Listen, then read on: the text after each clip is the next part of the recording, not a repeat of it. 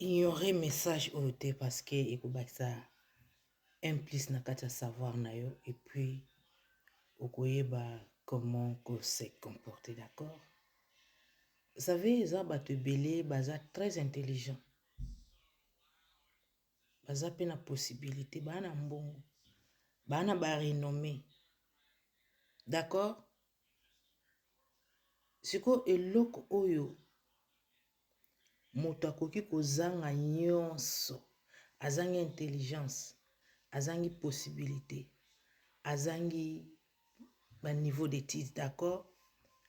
Mais ce qui a na sagesse, na maturité, je vous dis que intelligent a telema liboso na été moto mbongo ako autia mutu na ina cité.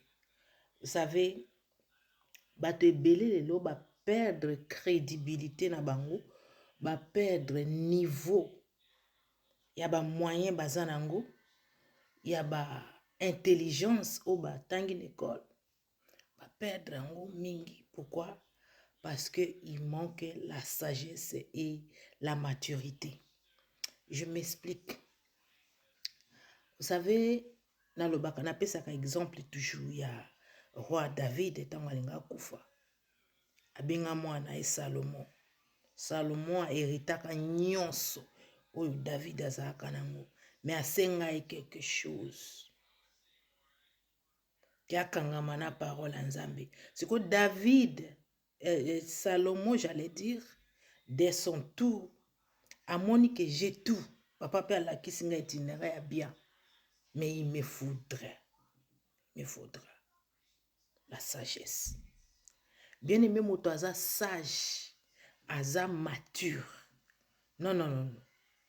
A bibliothèque na kati ya mboka. Yango stratégie wana Jésus aya nango. Akoma na mokili, akuta ba loi établi. Akuta ba papa mikolo.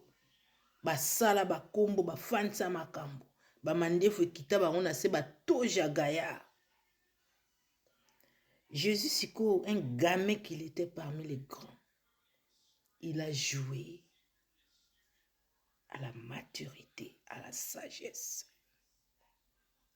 A joué penza j'ai à sagesse na maturité. Langage na e premièrement ezakini. Na e kolongola te, na e kobakisa te, mais na e kobongisa mosala.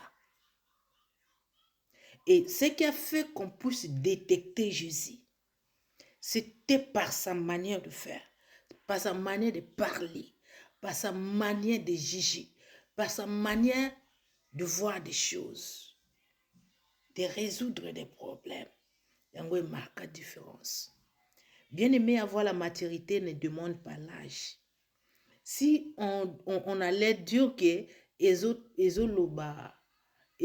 demandé ba âge, Jacob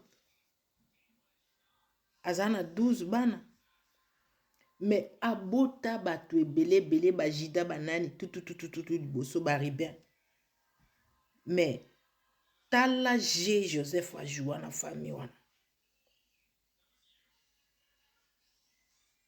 Nzamba kendaka toujours et pas batu ou bazana sagesse et puis la maturité.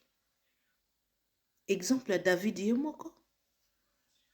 Tango prophète Samuel a yeko oindre mwana bazo luka bao kanisa o bao bazana ndako ba yaya ba mikolo. Non, on a cherché la personne qui convient. Et azala kite ba ke ko luka ye. Bien aimé, tu peux avoir tout, mais sans la maturité en toi, sans la sagesse, osa le côté.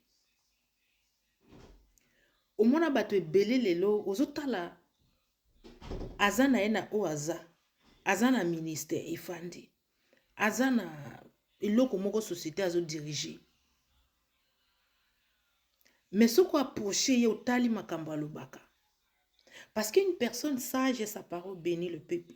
Sa parole bénit son église. Sa parole édifie. Sa parole bénit un foyer. Langage ya sage à cause de la maturité de savoir que devant moi, j'ai toutes sortes de situations.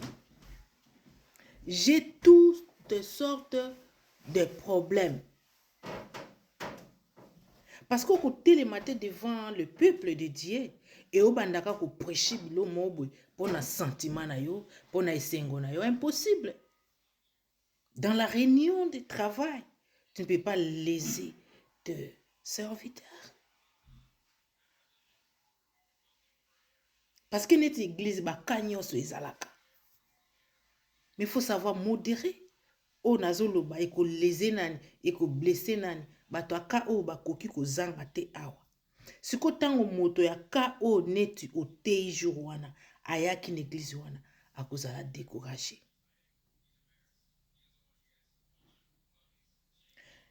Tango ozo pesa conseil epa ya ba travailleur na yo, epa ya bana na yo,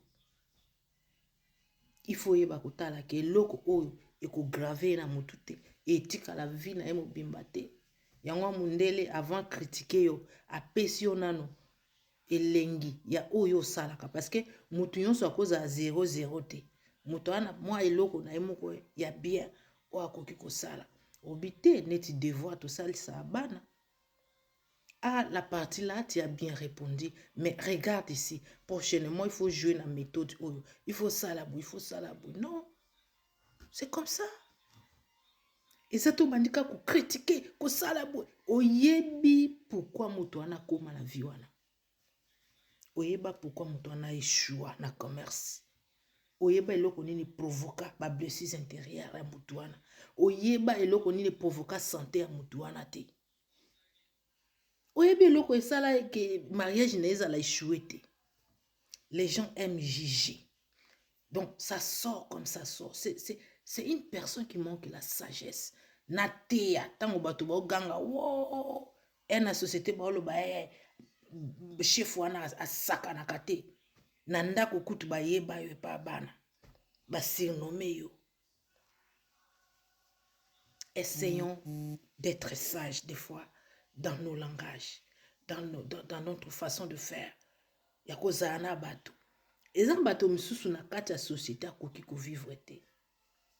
Tu ne peux pas faire des choses pour te satisfaire à toi, pour le plaisir que tu en as besoin. Et au bengami leader, au bengami chef, au bengami papa, au bengami serviteur de Dieu. Parce que yondoza responsable, tu as le monopole de tout dire. Sans pourtant tenir compte. Yaba nani bazali boso na yo. Yaba problème nino bato ba traverser. Yaba vie nino bato bazo mener. Ya problème nino ememi moto aya na ndako na yo asenga conseil. Problème nino ememi moto aya ko sambela. Ozo tenir compte nango te. Ya yo ça sort comme ça sort. Non. Un sage doit contrôler ses paroles. Proverbe yebisi biso. Un homme sage doit contrôler où ça peut blesser, ça peut léser, ça peut bénir, ça peut faire quoi? Ça peut ajouter un plus. C'est ça qu'on doit réfléchir. Alors, quand tu es devant ta famille, tes enfants, ta femme, ton mari, peu importe, la personne qui se présente au devant de toi, il faut savoir la façon de traiter la personne. Soki boite Yesu atambola na batu nyonso ba disciple ya Yesu bazala ba mikolo ya Yesu. Mais pourquoi ils respectaient Jésus? Parce que ça sortait de la parole de sagesse et de connaissance. Mais les loka na salaka na loba kaka. Ba ba osepela ba sepeli ezui. Homme ne peut pas vivre comme ça qu'ezui. Chacun ne passe pas de bonheur au même moment. Non, non, non. Il faut peu qu'on compatir na ba oyo. Ba souffrir na période wana.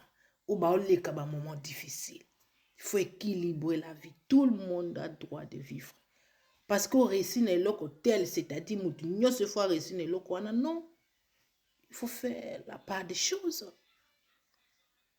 Que ce message et pesa yo manière ya ko changer façon de parler, façon d'être na yo. Que Dieu vous bénisse.